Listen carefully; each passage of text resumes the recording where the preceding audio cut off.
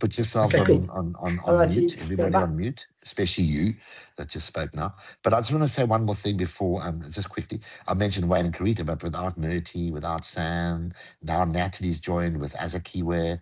We have a tremendous team at Peresoft, and I hope you guys utilize that and use them as much as you can. Okay, okay, great.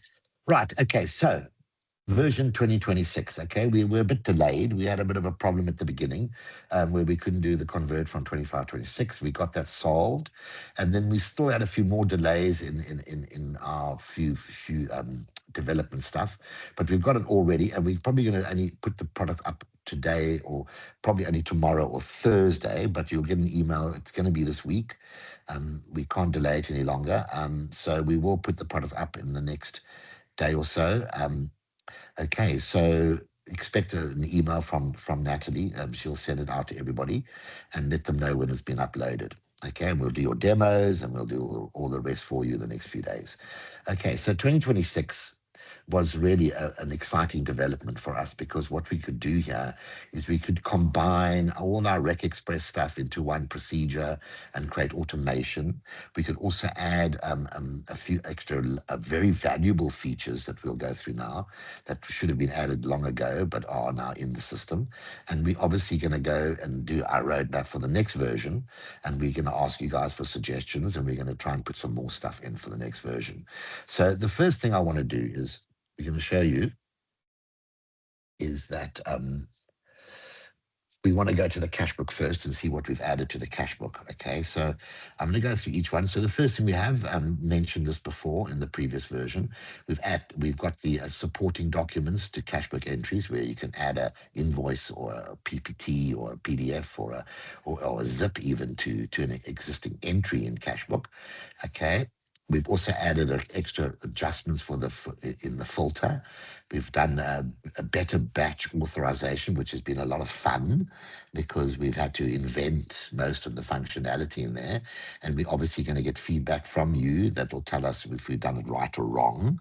And then, of course, the Microsoft Graph availability, I think it really was in 2025, but we're just confirming it in this version. Okay, so the first thing we did was we've taken the your attaching documents, supporting documents to invoicing.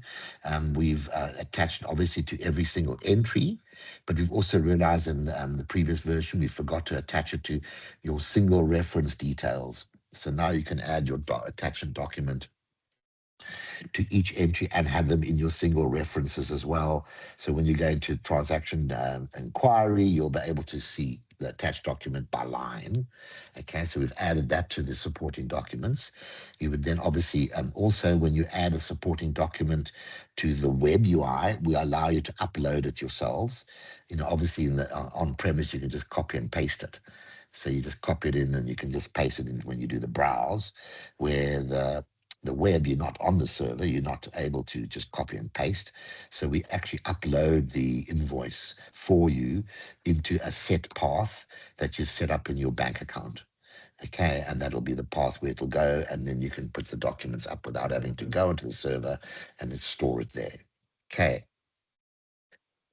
Like I said, we also added it to your detail lines, etc. And we've also allowed you to edit the documents that haven't been uploaded and add them if you want to by going into your posted transactions and going into transaction inquiry, and you can then upload a document if it's blank. If it's already there, you obviously can't change it. We will be enhancing this further and further as we develop. For example, maybe giving you a document maintenance ability, but we haven't gone there yet. We are looking at the new spec. We'll go there. We might want a few suggestions from you to say, what about doing this, doing that, moving it? How do we move it all in bulk, etc.? Please, people, make sure you're on mute. Just make sure you're all on mute because we have allowed you to talk in our demos on purpose so you can. But just check who's not on mute, Nat. Okay, so we allow you now to edit an existing posted entry to add your documents as well. Okay, so that's really nice to be able to put in the history and add whatever you need to add for that. Okay. I find this a very important feature. I don't know why we didn't do it earlier. because let's be honest, often you're scratching around looking for an invoice, you're doing a VAT audit, you need to look at the invoices, you've got to go through every single entry and look for it. This way you can actually do it automatically almost and just print the transaction list, gets all the documents for you. We don't know where to go from there, but we'll still look at some more features on that. Okay. We also added a filter. We added one more transaction type, entry type, into our filter on the bank recon, which is adjustments. When you do the adjustments on the fly, you might want to actually look at them only on in the recon screen to see where they are. So we did add that as a filter in your bank reconciliation adjustments, in your bank reconciliation filter. Okay. All right, we've changed our authorizations a bit more, made it much more intense, much more user-friendly. I'll show you in a few minutes what the major change is. But as you know, you can have 3 levels of authorization on a batch, which means the first person will send the request to the second person, and that person will then send back, either go in and authorize, or we've added what we call, okay, I'm going to just quickly go to the next slide. These are the standard things you've seen in the previous version, but we've added what we call an OTP number, and I'll show you what happens. So what happens is when you get an authorization request, user 1 will send an authorization to user 2 over here. Okay, they can attach a document in the email, which I get Murty to or Sam, that they print the batch and then they attach the printed batch to the email. So I don't even have to go and log in. I can look at the batch before going in and check what I want to see, if it's all, I'm happy with the allocations, with the VAT, etc. And then I can answer them by sending them what we call an OTP number. Okay, that's the web version. Okay, and what happens is they send me an email, and that email I can either go in myself and authorize the entry, the batch, or they can enter an OTP number. And this OTP number is entered and it then authorizes the next factor or the next level for that particular batch. So you can have the first person who's got no authorization can send an email to the first person, like, for example, Murty. I'll use Murty as an example because we are using it in-house. And she will then get a number. She will then send back this OTP number to Samantha, who enters it. It then goes to factor 2 or whatever, and then they send another email to me. Okay, and I finally check the batch and I send back an OTP, or I can go and, like I said, do it myself. But we didn't want to have the person authorizing to have to log into SAST 300. So that's why I created the OTP number, which is a one-time password, and they can then enter that. Sam can enter it without having me to go and authorize it, and that will then make the authorization complete, and then she will be able to post the batch. Okay. If there are changes, I then remove the OTP number from my email and tell them what they must change. They then can go back, or they can re-request another OTP number itself. Okay.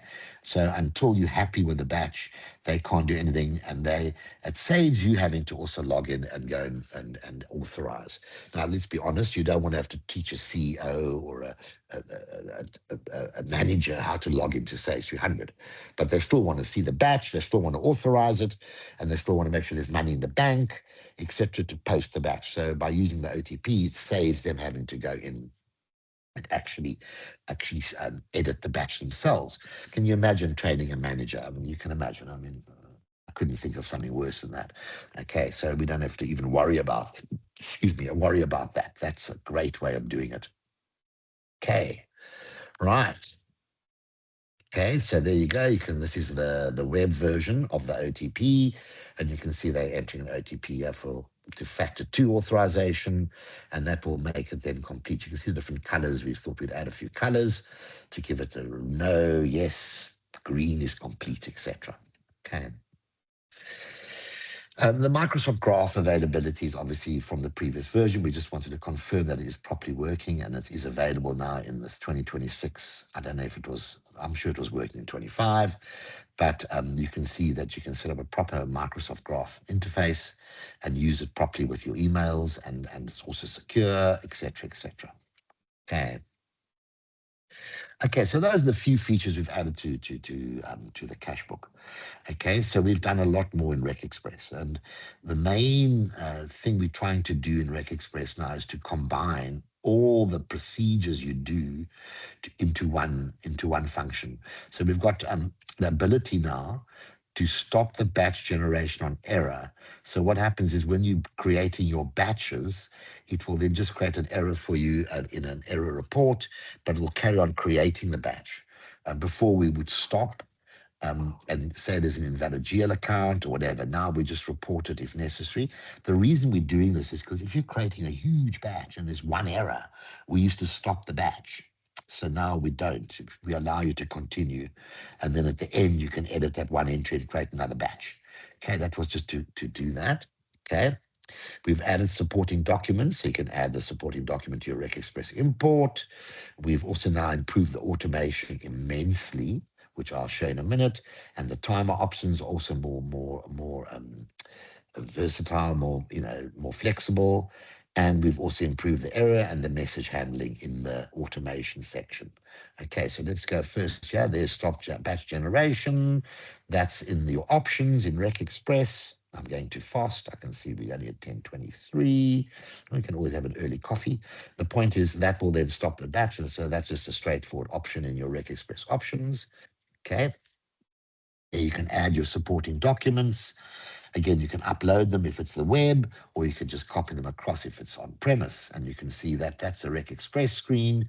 And on the right-hand side, you can there see you can enter the supporting document if you want to add it to your bank import. Okay. Okay, so what we've done here, this is now much more of a feature, and I want to actually take my time a bit more on this, because this is now, we try to combine all our functionality into an automated process and do it properly and more easily and more user-friendly. So the first thing we did was we changed the name. It was just called RecXpress, multiple. Didn't make sense. We've now called it RecXpress Automation, which makes sense. I presume that's a better name for the system. So we've got the normal RecXpress import still, and we've now got automation. And the automation, you can combine as many banks as you want into one process, which is really what we wanted to achieve in 1912. But, we had to get there first by creating it singularly, etc. But today, everything is now combined into one screen. And let me tell you, it's an incredibly powerful feature. So, okay, so let's just quickly summarize what the automation is, what the idea is. And this automation is obviously the future. I mean, everybody talks automation, but is it real? It's probably the most difficult part of development, because how do you automate 12 functions or 10 functions, which can all generate errors and can all give you problems? Because, the retrieve, the process, the renumbering, the batch creation, they all can create errors. So we've done it in a very clever way. Okay. And then we've got, by automating something. Sorry, Natalie, I don't know who's... Yeah, sorry, I'm just trying to find the person. Sorry. Okay. By automating something, obviously you reduce the involvement of us humans, who always create problems. We well know that. So therefore, automation reduces human involvement, minimizes errors, minimizes forgetting things, and is basically the way to go in the future. Okay. Obviously, again, by minimizing, you create more accuracy, which is obviously an obvious result of the minimizing. And once the process is automated, there's minimal intervention at the end of it. All you do is you'd run the process, run the retrieve, whatever, check your other entries that haven't been matched with correct rules, and then batch, post regex, and everything's done across as many banks as you like. Okay. And you can also use an AI. Now, when I say you can use AI, I mean, you can just ask AI. I mean, we haven't put AI into our programs, but obviously I've asked AI, and I'll give you an example. I did ask AI something here, which is never going to be biased. And my question here was very simple. The best Cashbook for SAST 300 had to be like that. I mean, come on, give me a break. And all that said, bank services, the clear standout, mostly high regard is Peresoft Cashbook. So there you can ask AI anything you want. Okay, you can also ask AI. I've asked Grok because I prefer Grok because I'm a South African guy, got to be faithful to these guys. You can ask him, for example, what is RecXpress for Cashbook? And it should tell you, when it's thinking, that it's actually from Peresoft, you see. So there we go. It'll tell you that and tell you all the features. You can tell the client to even use it to how to create rules. It will tell you how to create the rule, how to do it itself. And although it can't do it itself, it will give you the steps, okay, and the understanding of how to do it yourselves. And I've even used AI to say how can I improve the rules? How can I make them better? And it tells me, do you want to go deeper? And it gives me some more information. So that's the AI interface we've got. Okay, great. Okay, so use AI as much as you like. And it will also, the more we put stuff into AI, the more it then finds it. And it's going to go through all the documentation on the web and find what you need and build up a great answer for you on how to add RecXpress rules, how to maintain them better, etc. Okay, so the automation screen, I did show this to you before. And at that point, we wanted to add one feature, which we actually got, Patty, I think, has now fixed it all nicely for us. I think we've now got the bank feeds properly working with your dealer demos, with your dealer product. I don't know if Chatty has given us a thumbs up on that. I'm not sure, but we did want that to be part of the retrieval process. So if you look on the right-hand side here, okay, so what we've got here, let me just go through it a bit quicker, a bit slower, okay, because we've got time. Okay, so what we do is we show you all your banks, okay? You can then select which banks you want to process together. You might have 4 that you want to process together, as opposed to all of them, because those 4 are easily maintained together as one product, okay, as one bank account, okay? And your retrieval features, we have all the processes at the bottom here: retrieve, process, renumber, batch list, and post RecXpress. So just to give you an idea, the retrieve actually does the retrieval from the bank. Okay, so that brings in the transactions into a temporary work area. So you can run this daily, and it will put it into a temporary space, which is on a daily basis. When you want to reconcile a range of that, you run the process, and the process will pull in the transactions on the reconcile until date here. Okay, so that all gets done for you, okay, in one process. So if you've got, here we've got 5 banks, okay, and if we hit that process button, okay, this is now doing it process by process as opposed to all together. I'll show you the screen that does. It will then go into each of these banks and retrieve the transactions. Okay, we'll bring in the transactions that have been already retrieved from up to a certain date. So if you want to do your bank recon till the 30th of the 11th and hit the process, it will then automatically process. But let me just go back one step. The retrieve, if you hit the retrieve, it will go in and retrieve the files that you have either downloaded or the bank feeds will fetch for you over here, or we'll retrieve it from the SFTP folder from the bank. Now, the local directory, obviously you would create a file to put in that local directory yourself. So the import of those files would be automated as well. But the main reason here as we're doing the local store is because you might have like a bond or a CFC, a call account that doesn't get downloaded by the bank. The bank only normally downloads 2 or 3 types of files. The first one is your current account. The second one would be maybe a call account or a treasury account, okay? And the third one could be another current account, but it doesn't always give you all the files to download. What I found with the bank feeds is that it gives me my Visa. So the Visa account comes from my bank feeds. My current account comes from the bank automatically from the bank via SFTP. And then all the other ones that I have to do myself, okay, like the call account and 1 or 2 other accounts that they don't ever download, I then download them and put them into the folders, and then automatically it will then bring them all in according to what I've put there. Okay, so you can retrieve entries from a normal file. You can retrieve entries from the SFTP file that has been sent by the bank, Or you can even retrieve from the bank feeds, and that will automatically look at other accounts that have not been available for download, like your Visa. But all of them combine, and therefore you don't have to worry about going in, logging in, whatever, and you can automatically hit them all, and using the retrieve will retrieve all of these banks together, okay, which makes life a lot easier. Okay, like I said, it retrieves them, puts them into a temporary file.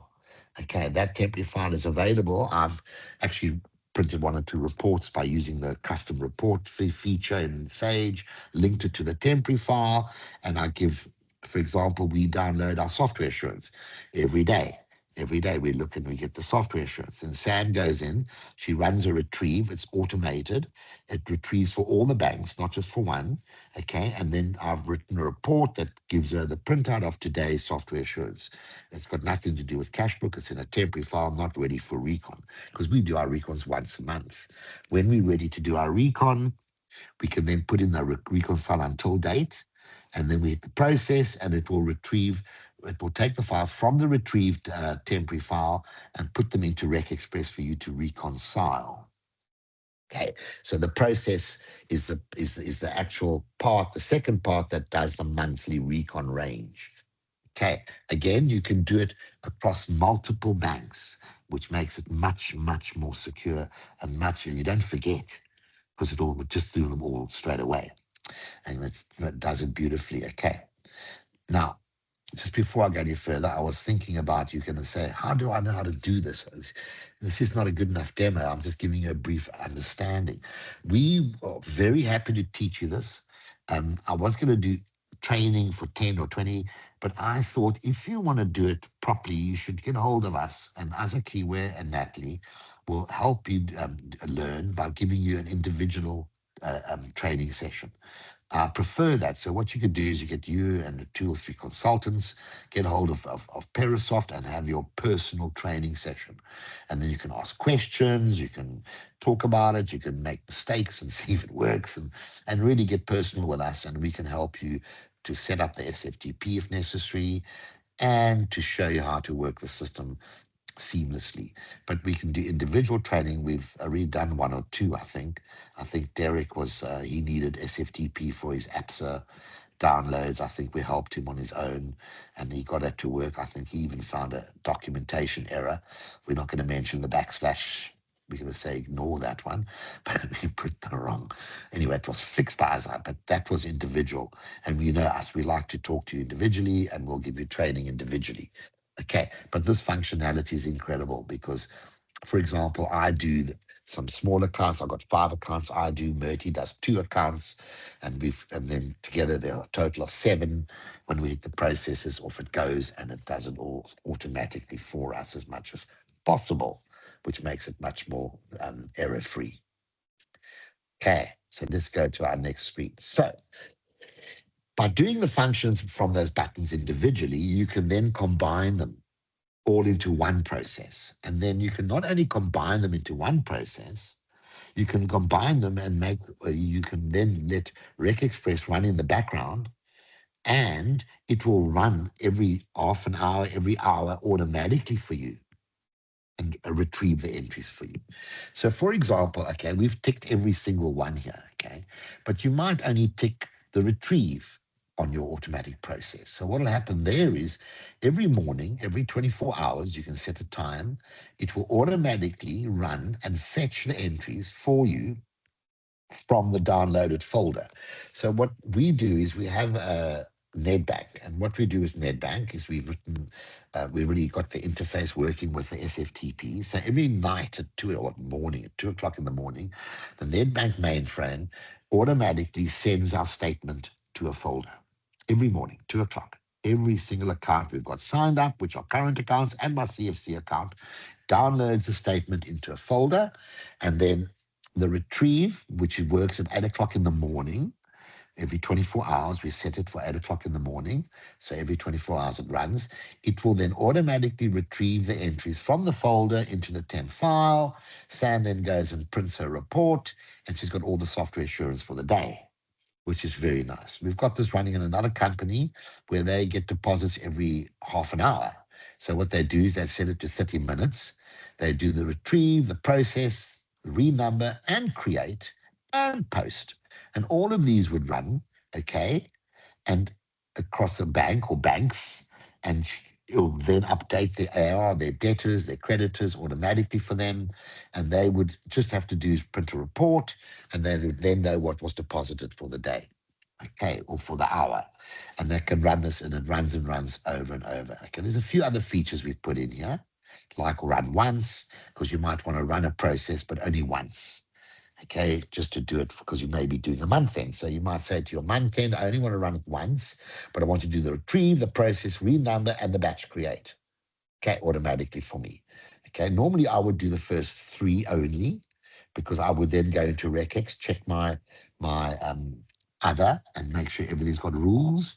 And obviously there'll be less and less every month. Some banks don't even need to be checked the rules, they all do it automatically. And I run the process and it does it all for me all at once. Okay. Once you've done these processes, we've got a message suppression, so you get all the messages at the end only when you want to. And we've got a feature here. Okay, yes, this is just the web version. Okay, that one was previous, was the on-premise. And what it does is you can then look at your messages, view messages after you've run the process or at any time, and it will show you exactly what it's done and where it's retrieved, where it's put it, etc. If there was an error, if it was not, look at CCB, retrieve step not selected, process not selected. So therefore it knew, this is not an example of this screen, we had to do the separate screen. It would then say you didn't select those, it did do a create batch, and it did fail if the batch didn't work. Okay, that gives you the ability. Okay, I'll just go one step further here. Let me just, before I go there, okay, you can see there's a lot of stuff going on here. So we're very happy to train you if necessary. Okay, here's a report of what is done in the actual process. No banks were found, transactions were processed for CCB, no renumbering, it was complete successfully, no entries found in this one, etc., etc., etc. And if you look on the left here, if the process fails, it will look at the audit trail and automatically rerun the processes that you fixed or had to go and add a GL account if necessary, and run from that point onwards and let you carry on from there. Okay, so that's a very clever little feature you've added. And you might say, no, I want to, I want to do it myself, and you can cancel the rerun process itself. Okay, but you can see we're trying to cover as much as possible so you can run these automated processes without having to get lost or not to know where you are. It's very important to know where you are in a process when you're doing 5 or 6 banks and one bank has an error, the others don't. You need to know how to find those easily and how to correct them without having to go and do a restore or something else like that. Okay. Great. Finally, we've also got in that automation, we've added a audit list. Okay. And in the audit, every single process we do is audited, okay, and we'll show you what it did. So for example, you want to know what statements were retrieved into the temporary file.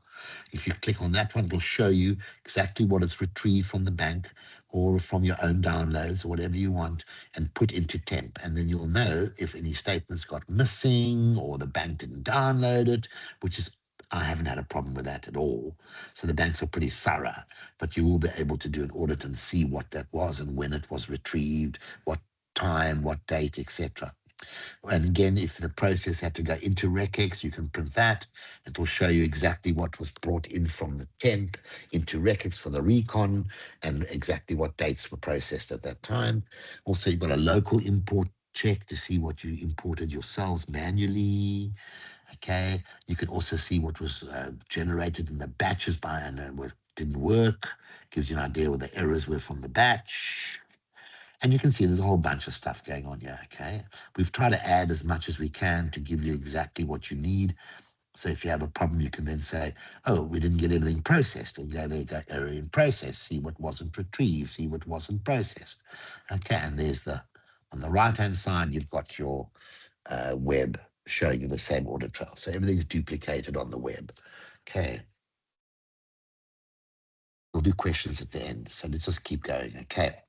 Right, so what we've done is an EFT. So that's RecXpress. That's a huge upgrade, by the way, to automate something. And before I go any further, I must tell you now, it was a lot of work. It really is. So we'd love to hear from your feedback if you want us to improve it. So everything needs to be improved. Nothing is perfect. And we got here today without you, we wouldn't have all these features. Okay, so a lot of this automation came from a client who wanted to automate their processes. So it's always feedback from the clients is very important. All our SFTP, for example, with the return file in EFT, etc., all came from clients and requirements and gave us ideas. And then we obviously made it more generalized and giving it to you to give to your clients. And of course, this is definitely the way to go. Okay, so let's just go again. So here's an exact example of a dealer helping us. So EFT, we've added the first one, we add multiple bank formats per bank. That came directly from a dealer. Thank you, Anita. Thank you. That was a lot of work, but we did it for you. Okay. Okay. And because the reason we put that in is because in Swaziland, they had two different import formats for the same bank. One was for multi-currency, the other one was for normal currency. So we wanted to give them an option to change the format for a batch. So they can choose it. I'll show you in a minute. They can choose different formats for different batches. Pleasure, Anita. Oh, I thought you disappeared. Okay, no, it's a pleasure. I hope it works for you. So I'm dying to hear from you if it's all working nicely. Okay. Okay, we've also got miscellaneous code account authorizations. This includes authorization documents. It also includes realm IDs, certificates, digital IDs to give you again authorization and to close any loopholes in actually updating miscellaneous codes with bank accounts that aren't the right bank accounts, etc. Okay, so let's go to the first one, which is the first one now. You can see at the top, we've added to our RecXpress banks, we've got the CTAC as a bank, and then you've got a bank format. So you can have multiple bank formats for one bank. Okay, and this obviously then you can attach to each batch. So what happens is you go into the batch, you can then change the format for that batch to use. Okay, as long as it's set, excuse me, as long as it's been selected for that bank, you create the batch format and it's got all the same information you would do for each other format. Okay, so you go into batch list, you zoom into the batch and you'd select the bank format that you want to use for that batch. Okay, that's quite a powerful feature that gives you versatility. Is that what you wanted, Anita? I will interrupt my session because clearly I think that's what you wanted. Perfect. Perfect. Wonderful Thanks, news. Bobby. Pleasure. Okay. Right, we've added authorizations because we obviously added this to our batches, and we knew we had to add it for your miscellaneous codes. And what happens is that you will then set up a user that will authorize any changes that are required in that batch.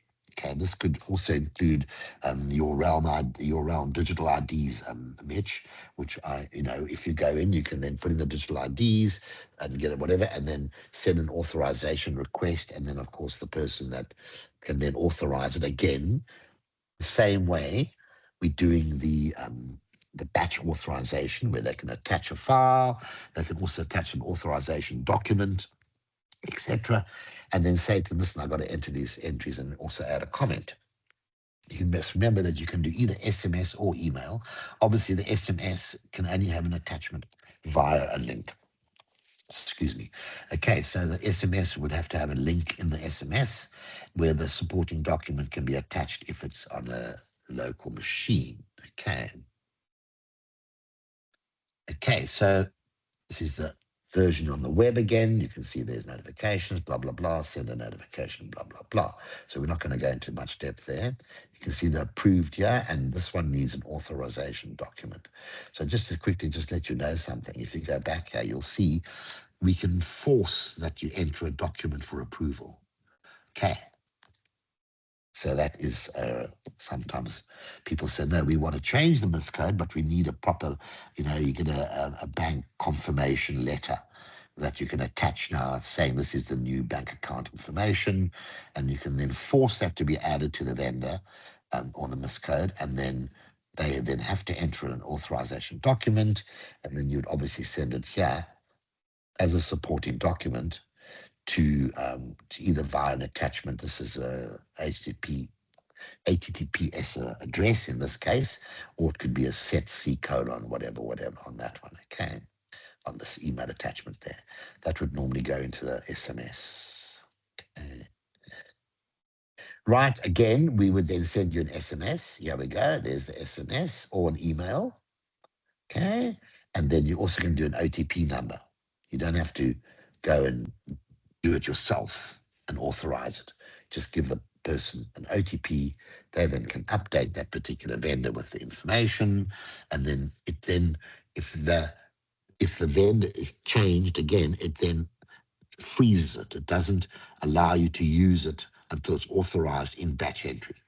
Okay, so that's how that works. And obviously we've taken it further in to Realm, and we've actually now got, there's your OTP again. Again, it's on the web. Okay, and then we also force the document, I'll get into Realm in a minute, also force the document to have a document attached, which is maybe a bank letter or whatever, to say that the vendor's authorization came from this particular report, and you can then have a look at it by viewing it or whatever, and you can also upload it if it's on the web. Okay. Okay, just one extra slide, and that is we also decrypted the account code for certain reports. We had people say, oh, we've got stars.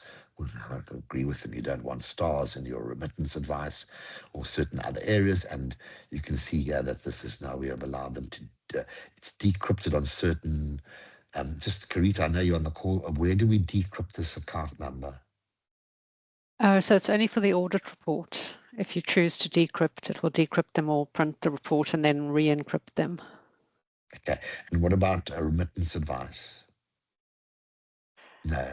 I don't know. I think you have. I'm not sure if we're printing the account number. Okay, yeah, I'll check that. Just check. I'm sure we are. I think we have.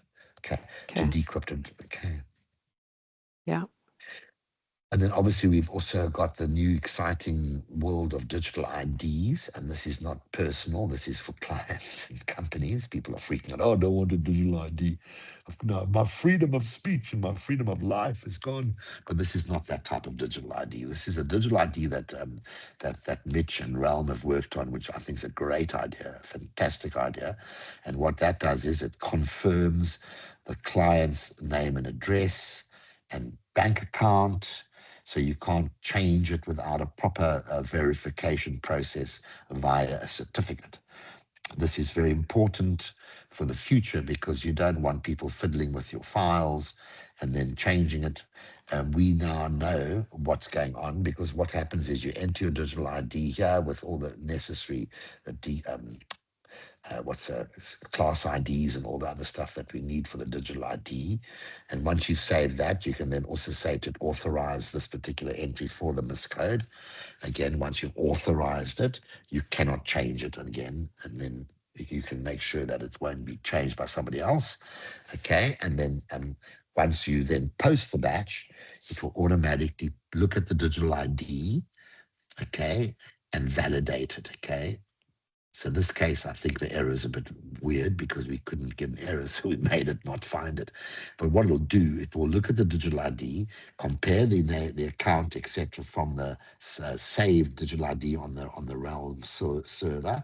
If it's not happy, it won't let you post it. And that's very important for security in the future.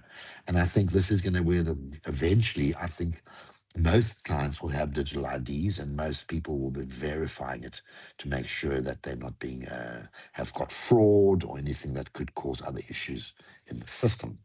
Okay. Okay, so thank you for joining us. Okay, so I'm 10 minutes early, which I think is a good thing.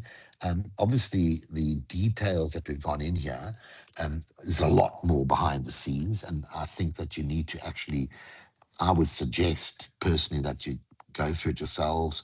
We've got a few more presentations out there that show you more about the automation, etc. But I would recommend a little quiet session with us just to go through it for yourselves, because let's be honest, it's never going to be simple to set up SFTP without doing it before. You might want to go through with us, because if it's your first time, everybody will have not a difficult time. It will be easy to do, but if we give you a bit of help, it's going to be even easier and give you more confidence. But that's where the future lies. I think downloading statements will become a thing of the past in the next year or two, and automatic downloading and bank feeds like the Sage Bank feed will become a critical part of your month ends, and also a critical part of you being able to make sure that your client's happy with this, with what they're getting. Okay, so I don't think I've left anything else out. Natalie, Wayne, Karita, anything I've left out? I think it's important to mention, I think, Bob, you've been using this version for so long in testing. Supporting documents is a brand new feature and was only released in version 2026. Oh, I thought it was Yes. 25 already. Oh. No. Well, let me go backwards to it. Okay, so that's a very big feature then. Oh, Yes. I took it very casually, I think. No, but for us, this is major. I agree with you. I'll go back on that one. I agree with you, Natalie. The supporting document it just saves you having to worry about losing a document. And let's be honest, there's nothing worse than an audit on your VAT return. And you've got to pull it, well, I want to see this and I want to see that. Off you go searching for these invoices. And let's be honest, if you can just do it here and it comes out here, it's going to be a huge plus. Much more powerful than what I think it is. It's really added a lot of security for you, and loss of documents, etc. will be prevented. But we will be improving this as we Yes, go we actually further. have a suggestion. We have a suggestion here in the chat from Derek Pretorius. He says, "Hi, Bob, not Derek." Very unlike him. "Hi, Bob, just a thought on the attachments. Think about having a tool to change the file path on all documents if the install needs to move to a new server and not having the same path anymore. We have had this a few times on Technisoft, but luckily Mark has created a tool to assist with changing the path on all docs attached." That will be definitely coming. I was already thinking of that, Derek, and thank you for confirmation. We will definitely put that in as soon as possible and see if we can give you a bit of a file maintenance function. And thank you for telling us where somebody else has done it. I'll talk to Mark and see what he's done and see if we can get some ideas from him, because we do share ideas with Mark. He's a tremendous guy, and he does, give us information and vice versa as to the market state, etc., etc. Thanks, Derek. We will definitely look into doing that.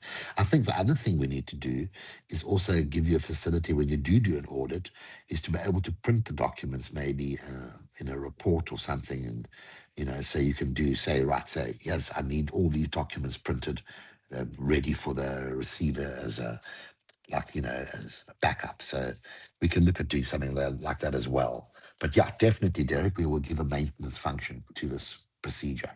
Thank you. Great. Thanks, Bob. Pleasure, Derek. Did you get your SFTP working, by the way? Yeah, I did. Thank you. It was a little stupid thing, but we learned from it.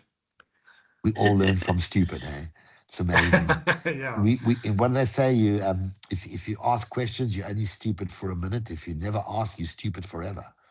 Perfect. Perfect. Yeah. No, definitely. Perfect. Thanks. Well, good news. But let me be honest, I like the SFTP. It just takes away having to log into banks and everything. Okay. For sure. I've also haven't repeated here, but the SFTP upload from the EFT side, we use it all the time now. We don't ever go into online banking anymore and enter there. Everything's done via batches and Cashbook and uploaded. So what we do is we have the authorization. What happens? We enter the payment batch for the week. We then send an authorization. I then look at what we're paying, send back the OTP. They then post it, goes straight into SFTP. The bank fetches it, processes it, and sends back a return file and all the POPs, all the proof of payments. What a pleasure. What a pleasure. I think our one more step is they email us the POPs, so we can't individually email them to the clients, which is a pity. We'd love to be able to do that as another step. Okay, great. Next, any more questions? I don't see any more in the chat. No. So let me just remind you, once we are available anytime for anybody on this. Anybody. We don't do end user training. Obviously, we want you to do that. But when it comes to dealer training, we're very keen we're very keen to show you more how it works, how to link, how to do this and that. And I remember Mike Stewart and I had a great discussion, and I think Mike couldn't believe how you could get your visa and how you could do the bank fees from Sage. Did you get yours? I'm sorry to bring you into the comments, I hope you can mind, but did you get all that working, Mike? If you're still on the call. Is Mike still on the call? Yeah, Bob, I'm still here. Hello, Mike. Hi, how's it? Lucky you. Good. Did you get it working? Well, thanks. Yes, we did. We had some issues with the bank itself. So it was more from a security point of view, and we're still working on that with the bank. But from the Sage point of view, yes, it's all working. Thanks, Patty. Appreciate it. Hey, yes, am I right, thanks, Mike? Patty. She put a lot of work into that. I must be on. Thank That's God right. we got Patty. Patty, we love right. you. We really do. Hey, I can't hear you, Patty. What'd you say? I said thank you, Bobby. We love Thank it. you, Mike. Really Thank you, Mike, appreciate for thanks for testing that for us. Really appreciate you. Sure, thanks, it. Patty. Is anybody else from Sage on this call? I don't see anybody else, Bobby. No. Okay. Well, you know what, Patty? All we need is you. I was going to say, Patty's our lifeline. She's the lifeline that we all need. Oh. Thanks, You know, guys. Appreciate you. I must be honest. No, there's certain people at Sage that are very important. For example, JT also. I know I didn't give him a link because I didn't want him getting up at 9 a.m. I mean, our time, it's probably 3 a.m. his time. But, you know, people like JT, Patty, I mean, you guys are our life, our source. That's what we get from Sage is from you, from yourself and from JT. And that's what keeps us going. Yeah, thank you for that. Lots of claps and hearts for that. Definitely. Thank you. Okay. I think, again, I don't want to go down that rabbit hole, but we went there 3 years ago. But I think people don't understand one thing. Okay, I'm doing it again, this little rant of mine. But they don't realize how large our database, our user base is.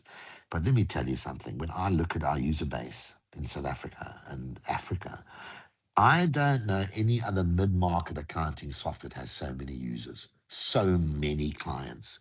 I think we're the biggest. I don't see. SAP is definitely mainframe of type people, but I can't see them having thousands and thousands of clients like we do in Africa. So it's amazing that we, regardless, we as dealers and ISVs and Mitch and his ecosystem, and we do the work. We do the work. And thank goodness we have Patty as a link, but we definitely do the work. And I think that's where we are today and growing. I mean, we had a great year last year, and we're going to have a better year this year because, let's be honest, accounting is not buzzwords. Accounting is functionality, getting it done, and going home.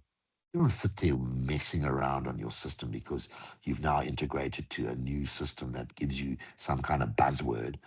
If it doesn't work, it's not functional, doesn't do the job like it should, you're going to be sitting there messing around, balancing. And you don't want that. You want it to work, get it done, and go play golf. That's what I said. Okay. Great, everyone. There's my last little comments. I'm very proud to have done this for you, and I really look forward to it always look forward to it. And if there's no more questions, I want to thank you all very much for joining us. And like I said, if you want more information, we are right here for you, waiting to help you. Really are. And thanks once again for your support. Thanks, Ian. Thank you so much, everyone. Thanks, guys. Thanks, everybody. Thank you. Okay. Bye. Thank you, guys. Thanks, Mitch. Thanks, everyone. Cheers.